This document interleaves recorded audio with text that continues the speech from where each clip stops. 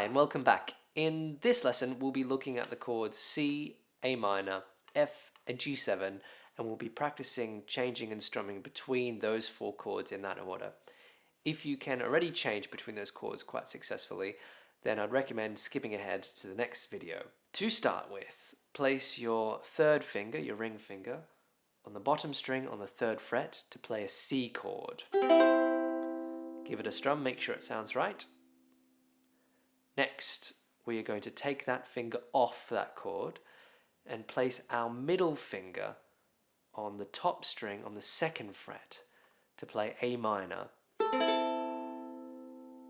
Now we're going to keep our middle finger where it is on A minor and add our index finger to play F, which you should remember from the previous videos.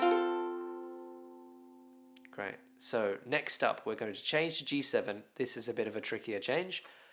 We're going to start by keeping our index finger where it is, move our middle finger to the string underneath along the same fret, so on the second fret but the string underneath, and this is the squeeze. If your fingers are slightly angled so that they're touching the head of the ukulele, this will help you squeeze in your ring finger on the second fret of the bottom string.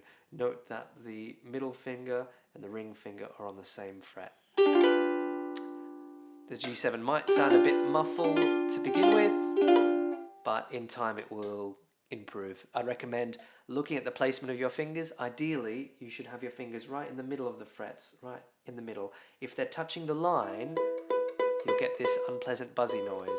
To help give you better position with your fingers, try to stand on the tips of your fingers when you squeeze on the strings. So that's this very tip right here. There should be a nice line that's left from squeezing the ukulele nice and hard. When you stand on the tips of your fingers and you try to avoid touching the other strings, your fingers arch like so.